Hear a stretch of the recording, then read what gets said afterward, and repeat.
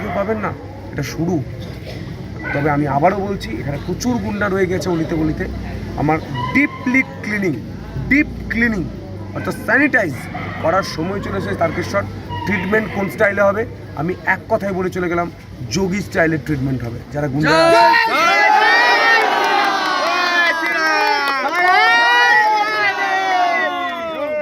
আমি ঠান্ডা গলায় বলে গেলাম, যারা গুন্ডারা আছেন হয় দেশ ছেড়ে পালিয়ে যান, নয় থানায় এসে ধরা দিন, না হলে কিন্তু ডিপ ক্লিনিং হবে। ডিপ ক্লিনিং মানে ব্লিচিং পাউডার দেওয়া হবে, ফিনাইল দেওয়া হবে, ডিটল দেওয়া হবে, ভালো করে সাফাই হবে, গদগদ করে বালতিতে জল ঢালা হবে, তারপর সুন্দর করে মুছে। আমরা সংখ্যাগরিষ্ঠতা পাওয়ার পরেই প্রথম প্রেস কনফারেন্সে আমাদের তরফ থেকে বলা হয়েছে কোনো রকম ভায়োলেন্স চলবে না। কেন বলেছি? কোনো রাজ্যে ভায়োলেন্স সেভাবে হয় না। এই রাজ্যে এই সংস্কৃতিটা সিপিএম আমদানি করেছে, তৃণমূল সেটাকে পোশাক পরিয়েছে, দিয়ে একটা বিরাট দৈত্যের আকার দিয়েছে 2021-এ। আমি নাম করে বলতে পারি, শাহবাজার, পানুম্বা শাহবাজার থেকে শুভ বলে একটা ছেলে 2021-এ তাকে পুরো উলঙ্গ করে মারধর করা হয়েছে। তারকেশ্বর টাউনে আপনারা অনেকেই জানেন না, আমাদের 6 জন মাতৃশক্তিকে, এই যে 3-4টে গুন্ডা আছে না, টুনটুন, পুসিয়া, এরা সব আছে, এখন বাড়ি ছাড়া। কেন ছাড়া? কেউ তো ছাড়া করেনি। কেন ছাড়া হয়েছে? তার কারণই অন্যতম যে ওনারা 6 থেকে 7 জন মাতৃশক্তিকে ওনারা প্রতিদিন অত্যাচার করেছেন সন্দেশখালীর মধ্যে। এই ঘটনা তদন্ত হবে, এই ঘটনা ফাইল খুলছে, এই ঘটনা অভিযোগ হচ্ছে।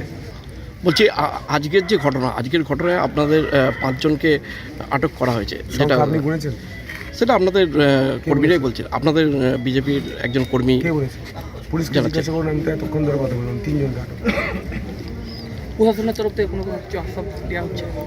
কী আশ্বাস দেবে প্রশাসনের তরফ থেকে? আমি জানতে চেয়েছি প্রশাসনের কাছে, আপনারা কী সিকিউরিটি দিচ্ছেন? আমাদের সরকার হচ্ছে, আমাদের বদনাম হচ্ছে, ওসি সাহেবের উপর আক্রমণ হয়ে যাচ্ছে, এলাকা কী স্যানিটাইজ করছেন? আপনাদের হাতে পুরো দায়িত্ব, এর দায় আপনাদের নিতে হবে। ওসি সাহেব সবার ওসি সাহেব। আমি ডিএসপি সাহেবকে বললাম, আমি অ্যাডিশনাল এসপিকে বললাম, ফোর্স বাড়ান। তারকেশ্বরটা একটা বড় জায়গা, এই কম ফোর্সে হয় না। আসলে নিয়োগ নেই, কোথা থেকে দেবে? সেমি ভলেন্টিয়ারদের চলছে। ফোর্স বাড়ান, ভালো অস্ত্রশস্ত্র দিন, পুলিশকে লোকে ভয় করুক, পুলিশের গায়ে হাত তুলে দেবে, এত বড় সাহস? কই উত্তরপ্রদেশে গিয়ে পুলিশের গায়ে হাত তুলুক তো, গুজরাটে গিয়ে তুলুক, যে কোনো বিজেপি শাসিত রাজ্যে গিয়ে তুলুক। আজকে আমাদের প্রথম সরকার এসেছে, প্রথম দিন এসেছে, ওরা ভেবেছে আজকের দিনে কিছু করে চলে যাব। আমি আবারও নাম করে বলছি, বিজেপিতে এসেছিলেন 2021 সালে, পাঁচিলে বসেছিলেন, 2026-এর নির্বাচন দেখছিলেন কী হবে। 26-এ জেতার পর আমরা চন্দননগর থেকে তারকেশ্বর পৌঁছয়নি, গুন্ডামি করেছে, সেই ব্যক্তিকে এখনও পুলিশ গ্রেপ্তার করতে পারেনি। কেন? কোন চটির নির্দেশে? কিছু বলি না বলে কি মনে করছেন? আমরা কিছু জানি না? কোথায় সেটিং করেছেন, কি করেছেন? উর্দির মর্যাদা রাখুন, পরিষ্কার বলে গেলাম। ওসি সাহেবের যে আঘাত হয়েছে তা নিয়ে আমি চিন্তিত, তা নিয়ে আমি মর্মাহত। কিন্তু এটা আমি বলতে চাই, আপনি গুন্ডাদের গ্রেপ্তার করতে পারেননি, এই ব্যর্থতার দায় আপনার।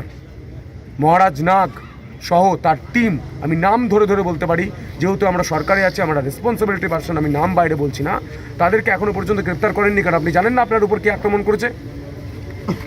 আপনি জানেন কেন গ্রেপ্তার করেননি? কেন তার আগে ছেড়ে দিয়ে গেছেন?